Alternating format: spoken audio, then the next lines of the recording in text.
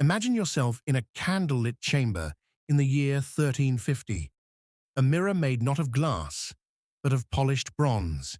You lean closer, searching for flaws. Too pale, too dark, too thin, too plump. In this world, your beauty could determine whether you live in silk or starve in rags. In the medieval ages, beauty was never just skin deep. It was a currency, and if you were considered ugly, it could cost you everything.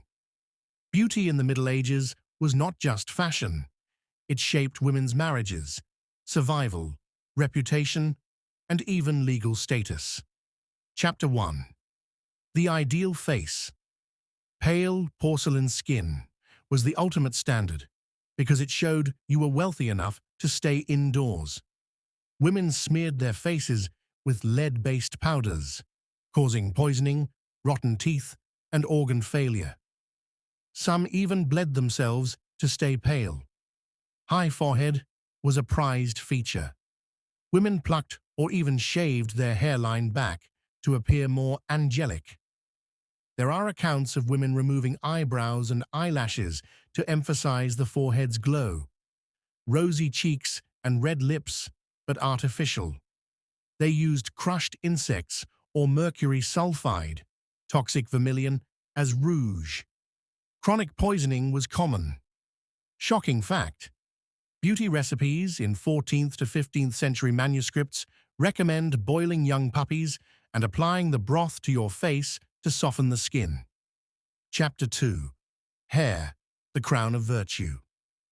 Blonde or golden hair was idealized, especially in Northern Europe.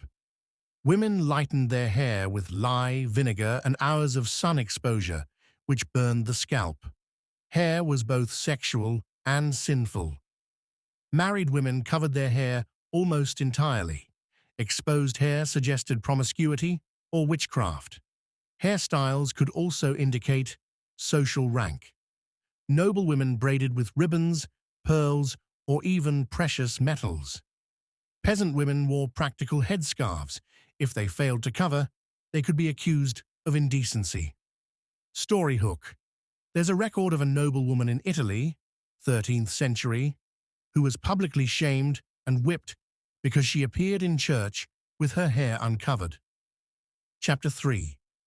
The Body as Status. 10 minutes. Contrary to modern thinness ideals, the medieval perfect body was soft, rounded, and fertile-looking. Wide hips and a plump figure symbolized wealth and childbearing power. But extremes existed.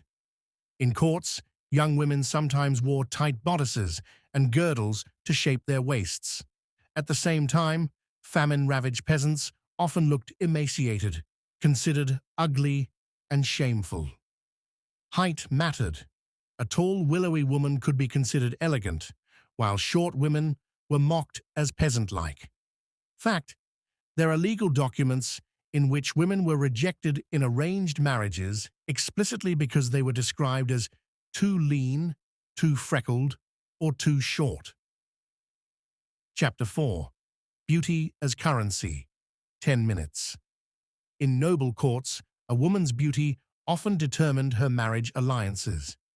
Chronicles describe kings rejecting brides upon first sight if they weren't considered beautiful enough. Beauty was tied to dowry value. A plain-looking daughter could ruin a family's social climb. Some families literally kept less attractive daughters in convents to avoid the shame of failed marriage negotiations. In villages, beauty also mattered.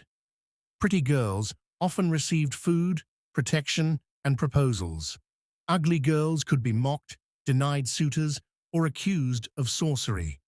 Example: in 1486's infamous Malleus Maleficarum, Witch's Hammer, it was written that ugly women, barren of beauty, are more likely to be witches. Beauty could protect, but ugliness could kill. Chapter 5. Dangerous Beauty. Being beautiful was not always a blessing, it could be dangerous. Beautiful women were often accused of using their looks to bewitch men. Inquisitors warned that the devil paints the cheeks of women with lust. Records of trials. Some women were tortured because men claimed they were too beautiful to be human. Others were mutilated, cutting noses or shaving heads to remove temptation. Beauty was linked with sin. A woman's appearance was said to reflect her morality. Too beautiful, temptress of Satan. Too ugly, clearly cursed by God. Chapter 6. Beauty in Art and Literature. Medieval love poetry, e.g., troubadours in France, Petrarch in Italy, described women as having snow-white skin, ruby lips, golden hair, and eyes like stars. But real women compared themselves to impossible ideals. Paintings and illuminated manuscripts exaggerated features. The Madonna was often depicted impossibly pale, serene, and perfect. Women internalized these ideals, going to painful and dangerous lengths to imitate them. Conclusion: the true cost of beauty. For medieval women, beauty was never just a matter of vanity. It was survival, power, a weapon, and sometimes a curse. Pale skin might bring a noble marriage, but also sickness. Golden hair might inspire poetry, but also scorn in the church. And for the women deemed ugly, whether through misfortune of birth, poverty, or disease, the price was loneliness, humiliation, or even death at the stake. The story of medieval beauty standards isn't just about fashion. It is about the brutal truth that women's bodies were battlegrounds of power, morality, and survival. And in many ways, echoes of those struggles are still with us today.